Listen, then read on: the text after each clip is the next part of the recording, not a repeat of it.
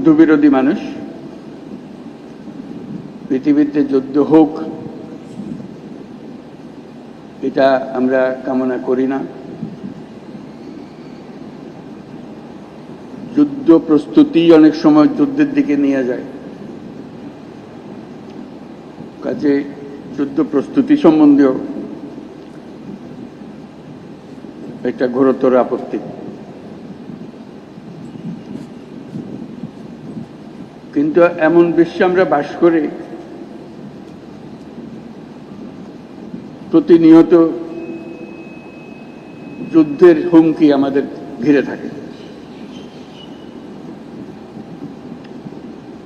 তো সেখানে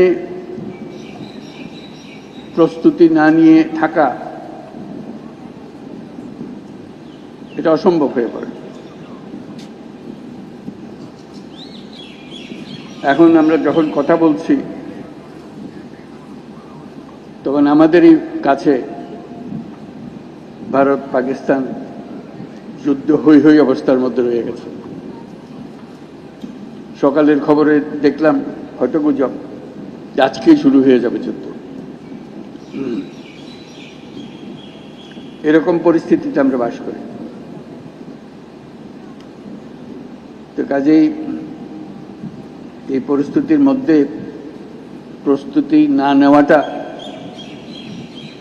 আত্মঘাতী, এবং প্রস্তুতি নিতে হলে আধা আধি প্রস্তুতির কোনো জায়গা নেই।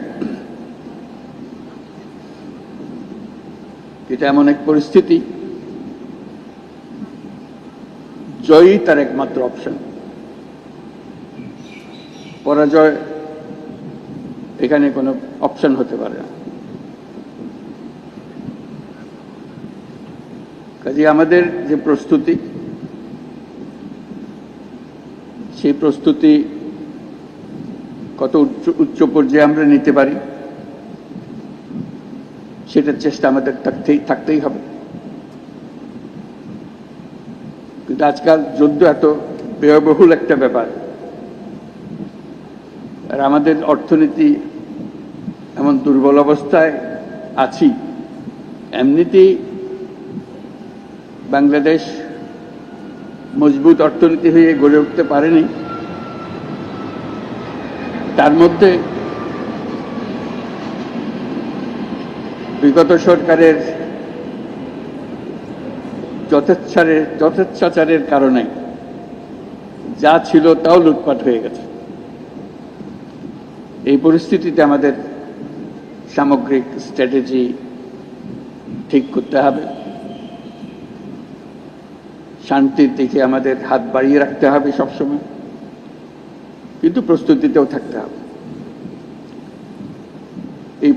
এই পরিস্থিতিতে আপনাদের সঙ্গে দেখা করে, আপনাদের আজকের মহড়াগুলো দেখে খুবই ভালো লাগলো। এগুলো আমরা সিনেমাতে দেখি, বাস্তবে দেখার খুব একটা সুযোগ হয় না। আজকে আপনাদের কারণে সেটা বাস্তবে দেখলাম। যারা এর পেছনে এটাকে এত সুন্দরভাবে করার জন্য, নিখুঁতভাবে করার জন্য চেষ্টা করেছেন, তাদের সবার জন্য আমরা ধন্যবাদ জানাচ্ছি। জোরে হাত তালিয়ে দিয়ে আমরা একটা ধন্যবাদ জানাচ্ছি। এতে আমাদের সাহস বাড়ে, শুধু যুদ্ধের সাহস না, এটা তো সাহস বটেই, যে আমাদেরই ছেলে মেয়েরা এরকম দুর্দান্তভাবে প্রস্তুতি নিতে পারে, কঠিন সমস্যার মোকাবেলা করতে পারে, এটা দেখে বুক ভরে যায়। আমরা যারা আজকে বাইরের থেকে আসলাম, আমি নিশ্চিতভাবে বলতে পারি তাদের সবার বুক ফুলে গেছে যে আপনাদের